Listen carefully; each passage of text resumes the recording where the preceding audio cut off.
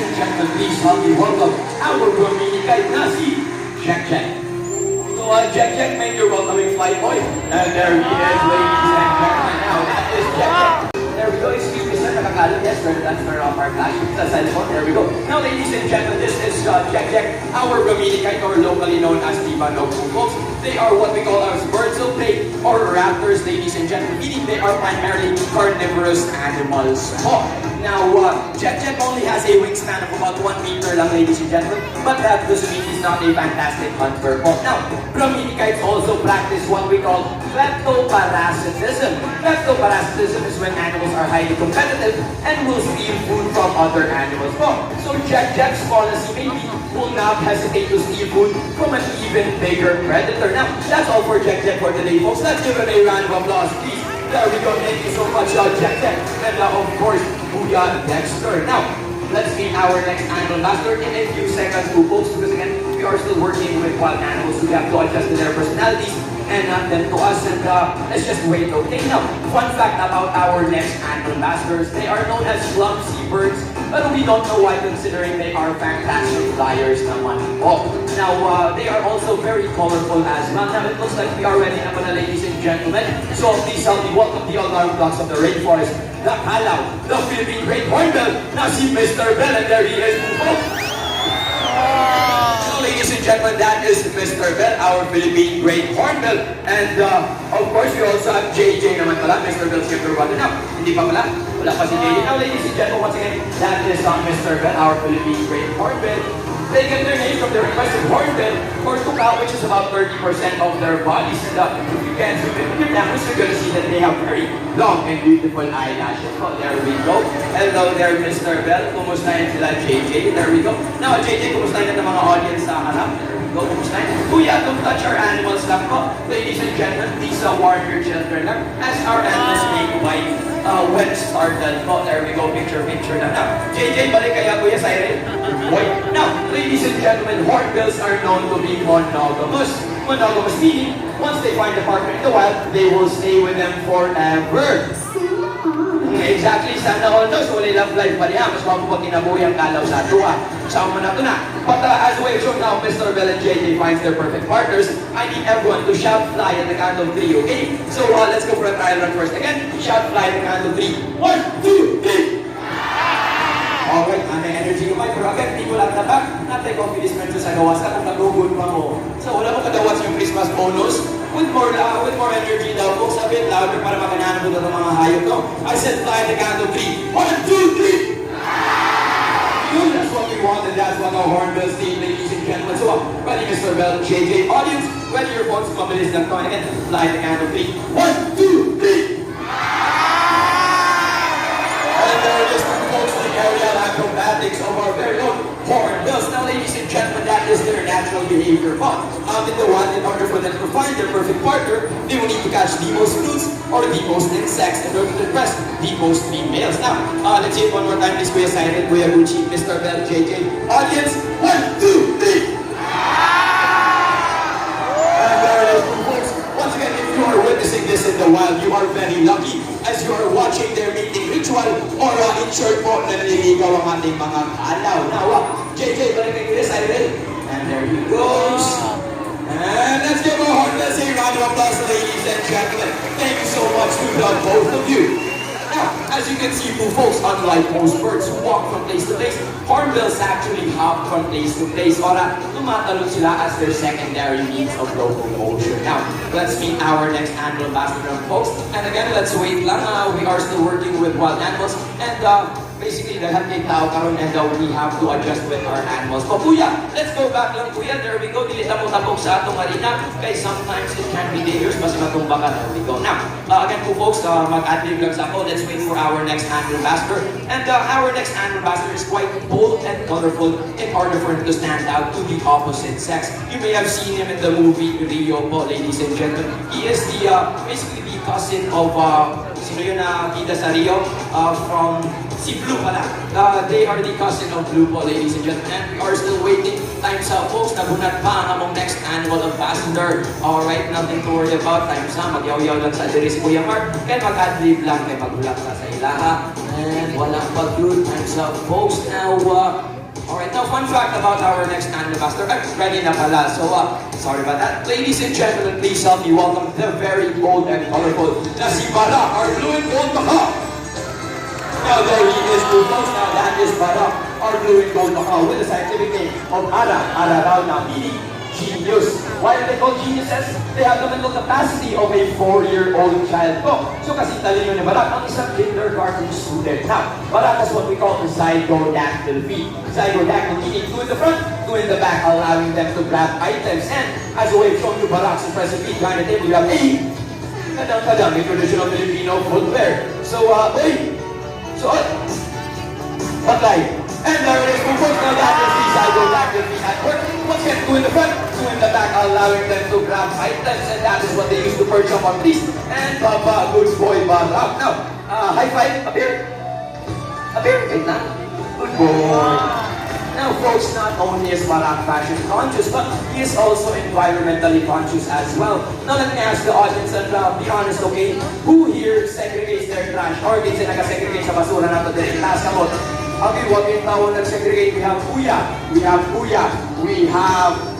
Ate, we have Kuya as well. So we have about 4 people who segregate their trash, and the rest say Yuha and Giltino.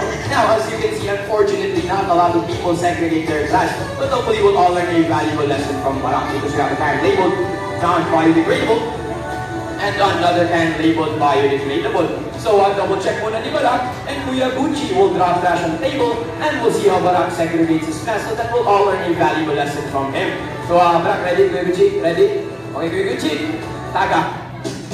And let's see what Barak picks up first. It looks like a piece of plastic, which is going to run down biodegradable bin. Good boy, Barak. Up next, it looks like a piece of leaf or dahon, which is obviously going to the biodegradable bin. Let's see what he picks up next. It looks like another piece of leaf, which is once again going to the biodegradable bin. So one last piece of trash, but I'm going to table nice and clean, boy. And the last piece of plastic is going to go to the non-biodegradable bin, ladies and gentlemen. Hopefully everyone learned a valuable lesson in helping our environment. But thank you so much for that, Barak. Now, okay, now, again po folks, Barak is a certified genius, no? But with intelligence comes moodiness, and Barak wants to go home na daw. So, I need everyone to wave Barak bye-bye. Please wave Barak bye-bye. There we go, wave Barak bye-bye.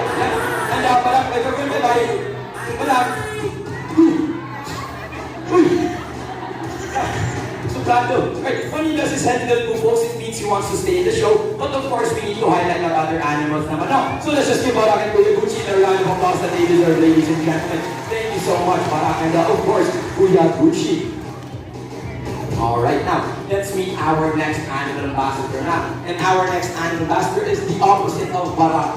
Once again, while Barak is very bold and colorful, our next animal ambassador is plain white black, just like a cloud. So please help me welcome Apollo, the umbrella-crested cockatoo. And there he is, folks. Now that is Apollo, the umbrella-crested cockatoo, with the scientific name of Kakatua alba, meaning older brother in Indonesian. Now folks, Apollo is a multi-talented artist, pang ABS-CBN, pang gym itong bird na to. So let's see some of his talents today, shall we? But first, of course, let me ask the audience, who wants to see Apollo dance? Isa sa magitan mo sa'yo si Apollo, taas ka mo. There we go, dagan-dagan. Alright, dagan-dagan. Now, who wants to see Kuya Cyril dance? Isa sa magitan mo sa'yo si Kuya Cyril. Kuya, dagan-dagan po, Kuya. So, Kuya Dexter, hit it. Now, ladies and gentlemen, that is the most made famous by Michael Jackson. So, how fast you go? Show us your fancy footwork. There we go. Ladies and gentlemen, that is ode to Michael Jackson. And para lang kasi matagag ka Apollo, good boy. Now, folks, that was Apollo with his fancy footwork. But that's not all from you, folks. Let's see his next talent now. Let's see his acting skills. Now, Apollo, what do we do if we see a predator? Hey, Agila Apollo. Hey, predator.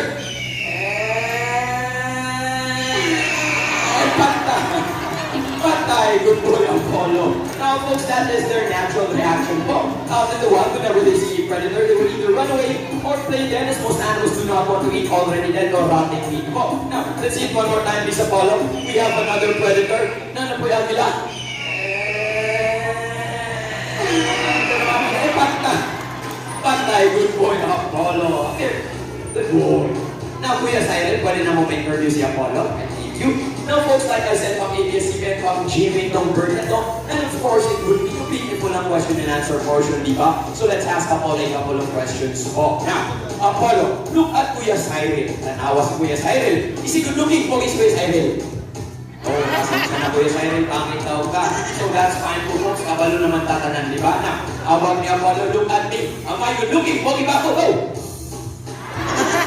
Ay, pakatawa ko rin, grabe mo no. Alright, so folks, medyo basta siya Apollo because, of course, kami ang kanyang trainers and he doesn't like us that much naman. Pero we love him anyways na po. But let's go to our audience para wala talaga bias. No? How about si ma'am na naka-brown kong sando? Look at ma'am, Apollo. Is she beautiful? Maganda ba si ma'am? Wow, congratulations to you, ma'am. Maganda ka raw, Apollo. Bruce, but of course, we don't discriminate here, no? So let's go. How about si sir na naka-pink t-shirt? Is he good looking? Pogi ba si sir?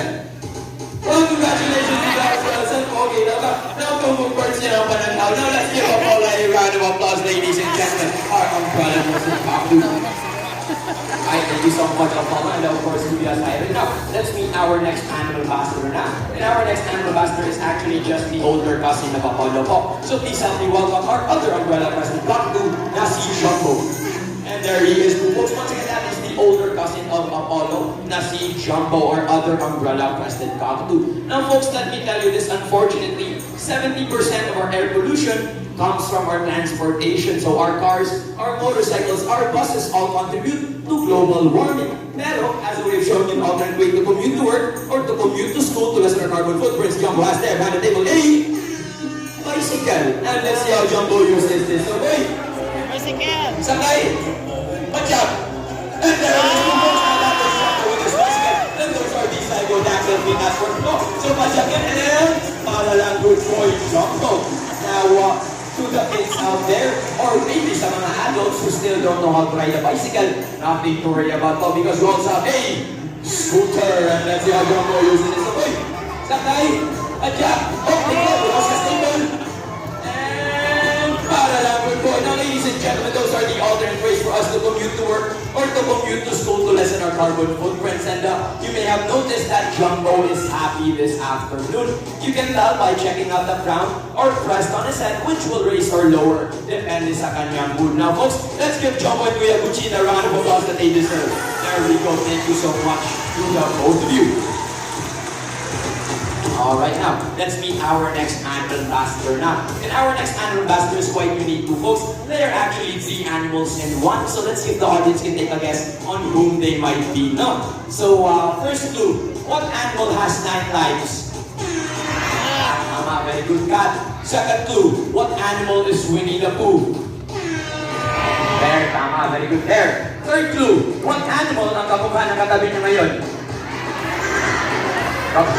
Siyempre, kung nakikasuko siya na, sumukatapad lang, ay kung katawaya sa awal ng million nila. Correct po. And there it is, folks. I would like to direct your attention to your right naman. And please help me welcome Uno, our Palawan bear cat. Now, folks, if you notice, they have the face of a cat, the body of a bear, and the very impressive tail, much like a monkey. And we will see why they have bears in their names as well. But because much like bears, Uno is capable of standing up on his hind legs. So, boy, up, Uno. And time's up, nagunat pa itong binturong, up. Time's up, folks, wait lang. Alright, nothing to worry about. Kaya kung dili mo perform si Uno, si Kuya Cyril itong pagkakaton. Alright, Uno, sige na. Uno, up, wait lang, folks. And there it is, ladies and gentlemen. And if you notice, he uses his tail to balance himself as well. Good boy, Uno. Now, folks, I would like to direct your attention to your left na naman. And please help me welcome Teddy, our other Palawan bear cat, the younger brother of Uno po. Now, once again, if you notice, they have the face of a cat, the body of a bear, and the very impressive tail, much like a monkey. Now, with the tail, Teddy is also capable of hanging from branches. So, boy, down. And there it is, ladies and gentlemen. Now, folks, that tail can act as a fifth limb, meaning it is prehensile in nature. The definition of prehensile is being able to grab. So it is just as dexterous as our hands or kasing galing lang ng ating mga kamay. Good boy, Teddy, and an impressive tail as well po. Now, Kuya Cyril, ano yung pinapakain mo kay Uno? Kuya. Saging, folks. Saging or bananas now, which are fruits? So let's see if the audience knows their bonus grade 6 question. No. Now, what do we call the animals that primarily eat fruits or prutas lang ang kanilang kinakain? Okay, herbivore is technically correct. Thank you so much for that. Herbivore is technically correct, but we're looking for a specific answer in terms of animals that only eat fruits or prutas lang ang kanilang kinakain. So let's go with something easier muna, no? We all know animals that eat meat or carne are called carnivores, tama. Animals that eat herbs and grasses are called herbivores, tama. Animals that eat herbs, grasses, as well as meats are called omnivores. Much like us humans, we can be considered as omnivores po. Now, one more time. What do we call the animals that primarily eat fruits or prutas lang talaga ang kinakain? Come here, ma'am. Alika, ma'am. Tabangan na itong audience kawa sila, ma'am. Alik, sige na, nakipalakpak na kay audience audience participation in a part. There we go. Alika na. And, ikaw as well, kuya, sige na. Sayang mo ng opportunity. Kuya, alik. Tabangan na itong audience. Alik. There we go. Naka-wheelchair kayo, kuya. Alright, binita, kuya. There we go.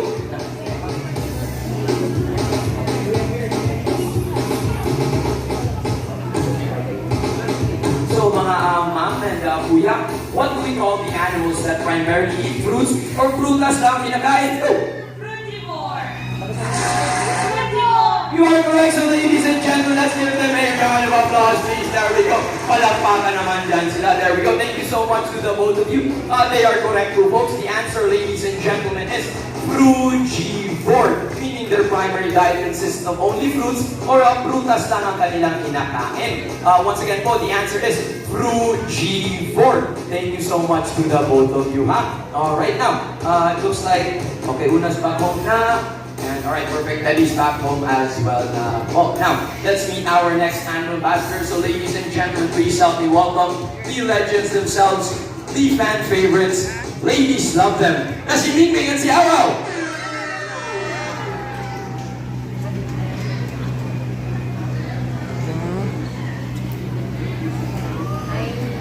Dili ni si Mingming ha, dili po na si Awaw, si Kuya Cyril o Kuya Gucci naman eh. Dili na naman kayo.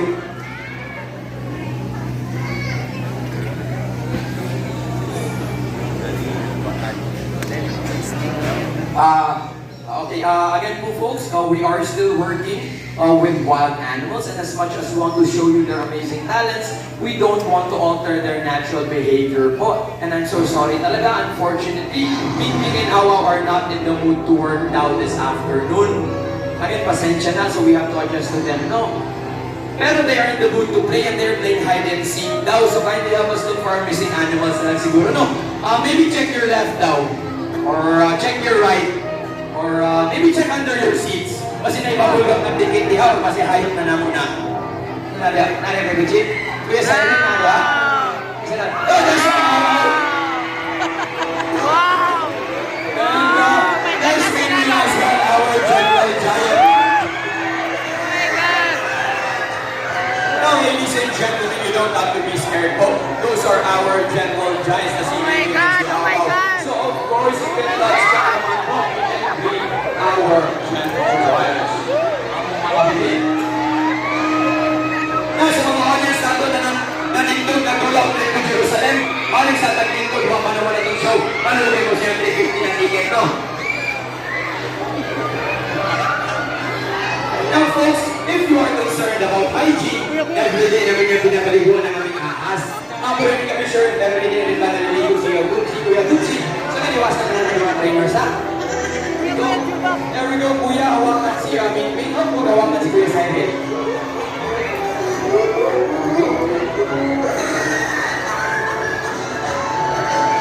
Gunit, meet our general giants si Mingming si Awaw.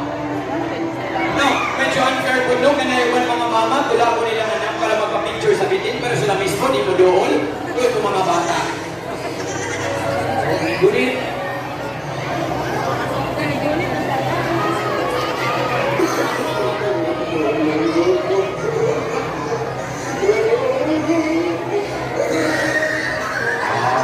Thank you so much, Kuya Gucci, for finding Mingming. And let's wait for Kuya Cyril to get back here with Awaw.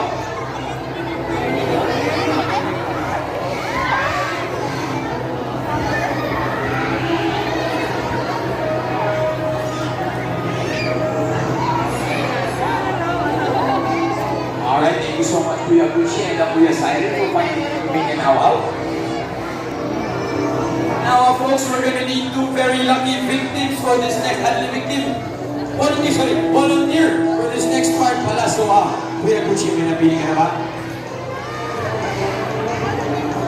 So, si Ma'am na naka-white mask, black hat, white shirt, black pants, Birkenstocks. Yes, Ma'am, let's have you up the arena. Let's have you meet our gentle guys. Let's come on up the arena. There we go. Alright. Now, how about you, Kuya Siren? May napili ka na ba?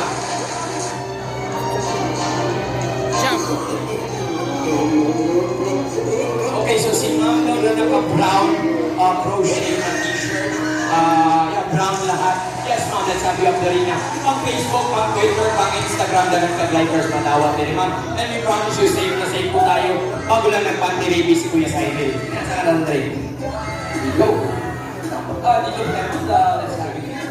And let's have you here as well, Ma'am. Of course, folks, before we have to meet our gentle giants, let's meet our guests first. Now, so, introduce yourself. Ma'am, what's your name and where are you from?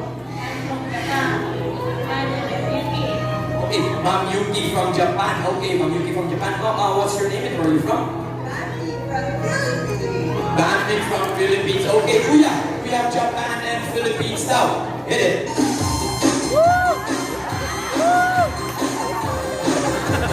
Sayaw, Odoro. Sayaw, dance. Wait. Okay, looks like you weren't oriented.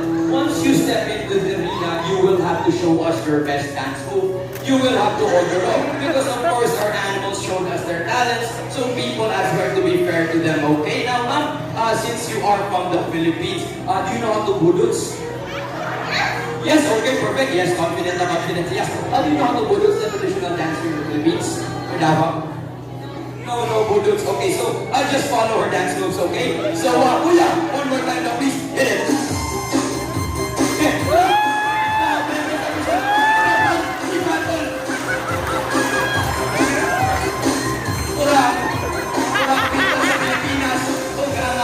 Japan, there we go.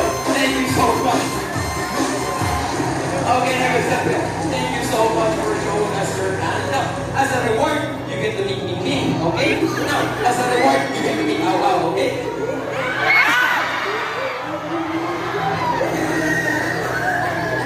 There we go. Ma'am, you're very brave.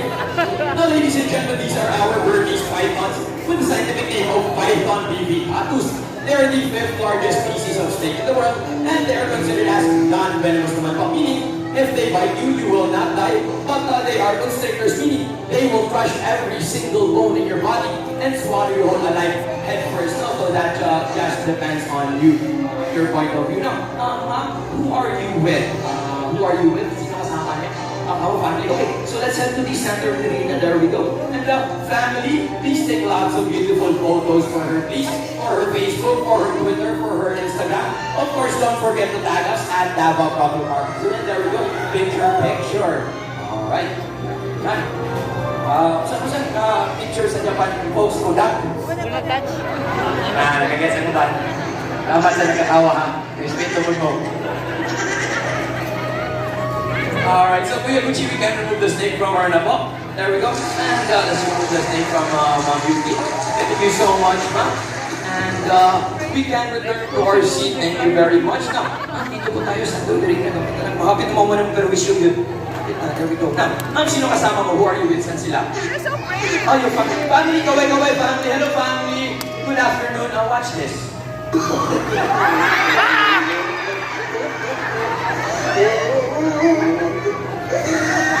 Now, folks, she is carrying 26 kilograms worth of pure snake muscle, so this is a bit heavy, no?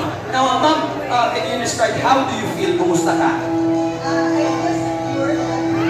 Secure, fair enough. Wow, secure enough. So it goes to show, folks, that these are very gentle giants, and they mean you no harm. Now, one more question, Ma'am. Can you describe the snake? How does the snake feel?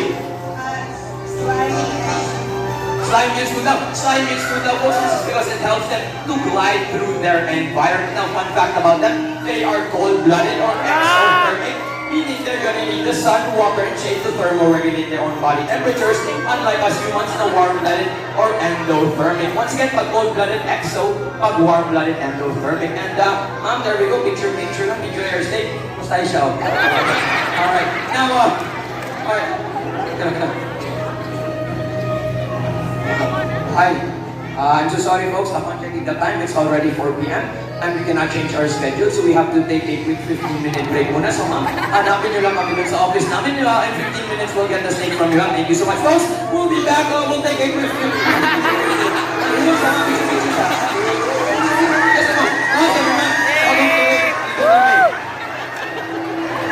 Picture lang.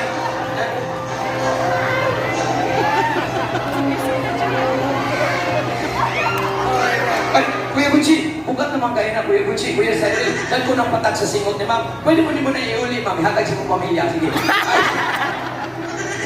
Alright, so Kuya Gucci, Kuya Cyril, let's remove the snakes from her now. There we go. Alright. Oops. And folks, let's give our guests a round of applause for being very great in meeting our gentle giants. Thank you so much to the both of you. So ladies and gentlemen, here in Davao Crocodile Park and Zoo, we have a mission, and that is the conservation, preservation, and hopefully rehabilitation of our animal population, not just in the Philippines, but the rest of the world as well. Pero, give yourselves a round of applause also for helping us out on our mission. Dagang salamat kayo sa inyo at tanan. On behalf of my fellow trainers, we have Kuya Cyril, we have Kuya Gucci, we also have Kuya Dexter with the flip box if you want to help us out some more on our mission po. And back there is Kuya Richie. Once again, my name is Kuya Mark. We are Davao Crocodile Park and Zoo, working with nature for a better future. Dagang salamat kayo sa inyo tanan.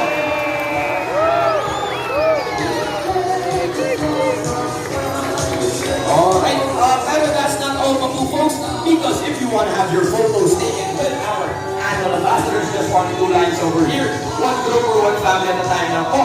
Or if you don't like snakes, you can form a line to the side and meet our birds. So please check your surroundings, pick up any trash and throw it in the proper bin. Salamat kayo sa inyong tanan.